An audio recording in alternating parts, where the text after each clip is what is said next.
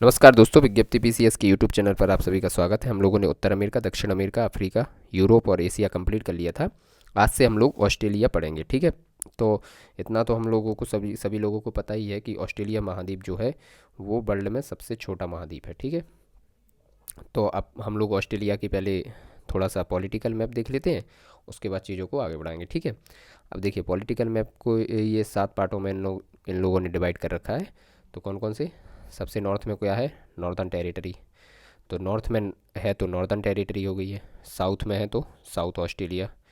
Waste में है तो वेस्टर्न ऑस्ट्रेलिया, ठीक है। या पूर्व की ओर क्या मिलेगा? क्वींसलैंड और न्यू साउथ वेल्स और विक्टोरिया, और सबसे नीचे आपको मिल जाएगा तस्मानिया, ठीक है। तो नॉर्दर्न टेरिटरी है, उसकी कैपिटल्स क्या है? डार्विन, जो कि बिल्कुल जो कि बिल्कुल नॉर्थ में स्थित है, और इसको नॉर्थ का द्वार भी कहते हैं। तो नॉर्थ का द्वार अगर पूछने में आ जाए तो कि क्वेश्चन आ जाए कि नॉर्थ का द्वार किसे कहते हैं, तो जो नॉर्दर्न टेरिटरी की कैपिटल्स है डार्विन, इसी को नॉर्थ का द्वार कहते हैं। क्वींसलैंड की कैपिटल्स क्या है? ब्रिस्बेन। क्वीन कहाँ की? क्वीन एलिजाबेथ कहाँ की थी? ब्रिटेन की थी। तो क्वींसलैंड, ब्रिस्बेन, ठीक है। और न्यू साउथ वेल्स क्या है? न्यू साउथ वेल्स की तो बार बार यहाँ पे यार मैच भी होता है, सिडनी तो फेमस जगह है, तो न्यू साउथ वेल्स की हो गई सिडनी कैपिटल्स, ठीक है। अब विक्टोरिया की क्या हो गई है? विक्टोरिया की कैपिटल्स हो गई है मेलबर्न। मेलबर्न विक्टोरिया की काफ़ी फेमस जगह है ये। तो मेलबर्न इसकी कैपिटल्स हो गई। उसके बाद साउथ ऑस्ट्रेलिया। साउथ ऑस्ट्रेलिया की कैपिटल क्या हो गई? ये देखिए, इस जगह आपको मिलेगी। साउथ ऑस्ट्रेलिया की हो गई एडिलेड, ठीक है, एडिलेडे। तो एडिलेडे हो गई इसकी कैपिटल्स। अब जो ऑस्ट्रेलिया की कैपिटल्स है, ऑस्ट्रेलिया की कैपिटल्स क्या है? ये तो अलग अलग प्रांतों की राजधानी हो गई थी। तो ऑस्ट्रेलिया की जो कैपिटल्स है वो कैनबरा है। कैनबरा ऑस्ट्रेलिया की कैपिटल्स है। वहीं तस्मानिया, तस्मानिया की कैपिटल्स क्या है? हॉवर्ड्स। हॉवर्ड्स तस्मानिया की। तो ये हो गई थोड़ा सा पॉलिटिकल मैप हम लोगों ने प्रांतों के साथ और उनकी कैपिटल्स के साथ। देखिए, वेस्टर्न ऑस्ट्रेलिया की क्या कैपिटल्स है? पर्थ है।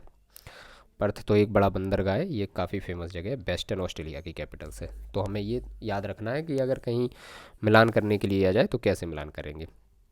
चलिए अब थोड़ा आगे बढ़ते हैं। तो अब देखते हैं सबसे पहले टोरस जल संधि। टोरस जल संधि किसको किसको अलग करती है? पापुआ न्यू गिनी को केप यॉर्क से अलग करती है, और जोड़ती किस किसको है? तो अराफुरा सी को कोरल सी से। ये तो क्वेश्चन पूछ चुका है, टोरस टोरस जल संधि से क्वेश्चन आ चुका है, तो इसको आप याद रखिएगा। अराफुरा सी को कोरल सी से जोड़ती है और पापुआ न्यू गिनी को केप यॉर्क से अलग करती है। अब यहीं पे कोरल सागर में मिलेगी आपको विश्व की सबसे लंबी अवरोधक प्रवाल भित्ति, ग्रेट बैरियर रीफ।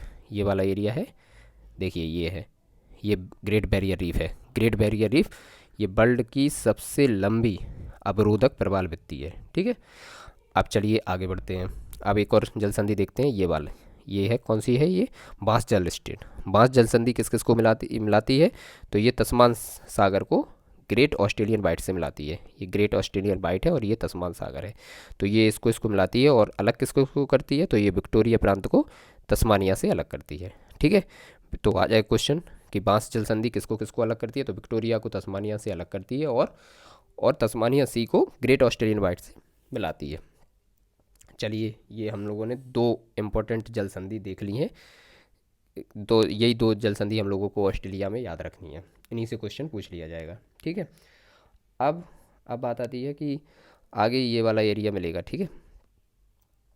ये वाला एरिया जो है इसको हम कहते हैं ग्रेट विक्टोरिया डेजर्ट, ठीक है। तो ये ग्रेट विक्टोरिया डेजर्ट जो है, इसमें आपको दो क्षेत्र मिलेंगे। कौन कौन से? कालगुरली और कुलगार्डी। तो ये किस लिए फेमस हैं? ये दोनों क्षेत्र सोना भंडार के लिए फेमस हैं, इसलिए इन्हें गोल्ड रस भी कहते हैं, ठीक है। अब यहीं पे मिलेगी आपको बिल्कुल वेस्ट की तरफ ये डार्लिंग रेंज।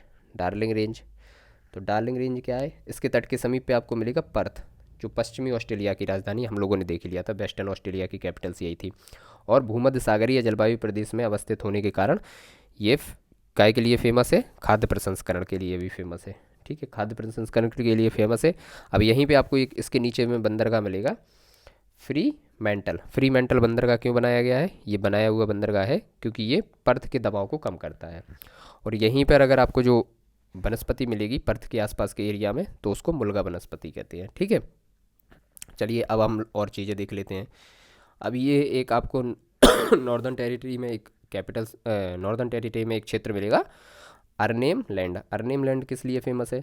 तो ये अर्नेम लैंड है, ये बॉक्साइट भंडार की दृष्टि से बहुत ज़्यादा फेमस क्षेत्र है बॉक्साइट के लिए, ठीक है। तो इतना याद रखिएगा बॉक्साइट क्षेत्र के लिए।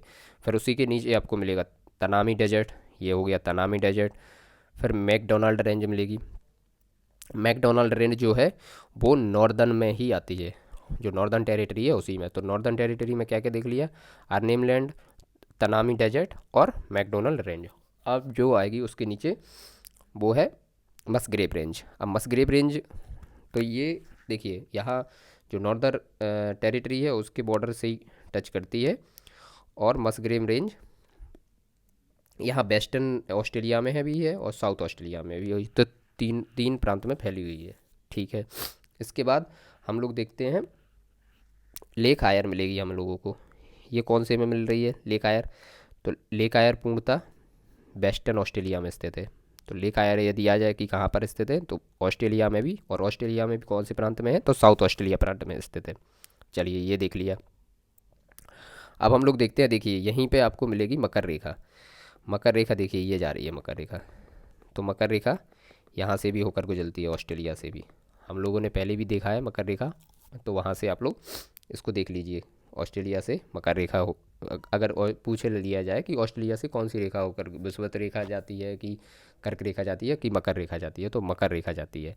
ये छोटी छोटी चीज़ें भी कंफ्यूज कर देती है लास्ट में, तो इनको देखते चलिएगा, ठीक है। अब देखिए जो लेक आयर्स है ये वेस्टर्न ऑस्ट्रेलिया में स्थित है, और लेक आयर्स ये ऑस्ट्रेलिया का सबसे निचला स्थान भी है, और लेक आयर्स ही ऑस्ट्रेलिया की सबसे बड़ी झील भी है।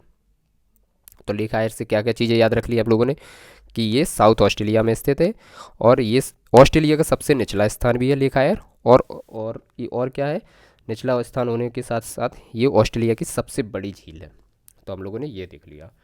अब देखिए, अब हम लोग देखते हैं great dividing range. Great dividing range कहाँ है, देखिए ये है great dividing range. Great dividing range, तो ग्रेट डिवाइडिंग रेंज सबसे पहले तो कौन कौन से प्रांत में है, तो यहीं से ये स्टार्ट हो जाती है। तो सबसे पहले विक्टोरिया में भी है ये, ठीक है, न्यू साउथ वेल्स में भी है, क्वींसलैंड में भी है। ये तीन प्रांतों में स्थित है ग्रेट डिवाइडिंग रेंज। तो अब इसको न्यू साउथ वेल्स में क्या कहते हैं, इसको कहते हैं न्यू साउथ वेल्स में ऑस्ट्रेलियन एल्प्स। ऑस्ट्रेलियन एल्प्स कहते हैं न्यू साउथ वेल्स में। ग्रेट डिवाइड का रेंज जो है तीन में हो गया, यहाँ से विक्टोरिया से स्टार्ट होके, और यहाँ साउथ में हम लोगों ने देखा था नॉर्थ में यहाँ पे था केप यॉर्क। तो केप यॉर्क तक ये जाती है ग्रेट डिवाइडिंग रेंज, ठीक है। अब सबसे ये ऑस्ट्रेलिया की सबसे लंबी और ऊंची श्रृंखला है, ठीक है। ग्रेट डिवाइडिंग रेंज सबसे लंबी भी है और सबसे ऊंची भी श्रृंखला है, ठीक है। अब इस पे ही आपको मिलेगा यहाँ पे माउंट कॉसेस्को। ये ऑस्ट्रेलिया की सबसे ऊंची चोटी है माउंट कॉसेस्को, तो ये याद रखना।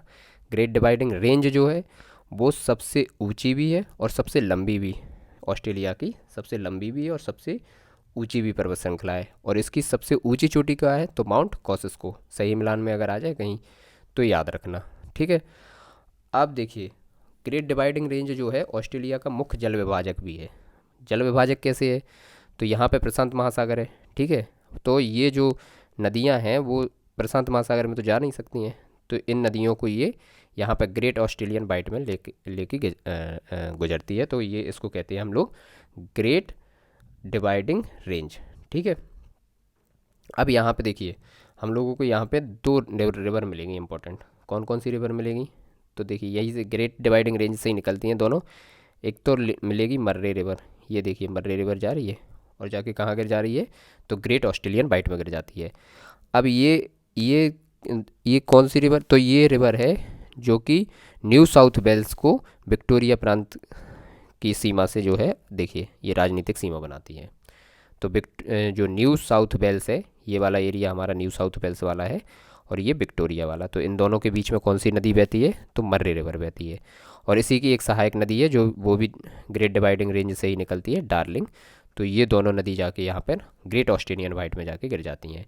और ग्रेट ऑस्ट्रेलियन वाइट में भी देखी जाए तो गल्फ़ ऑफ स्पेंसर के किनारे, ये गल्फ़ ऑफ स्पेंसर है तो इसके किनारे में ये गिर जाती हैं, ठीक है।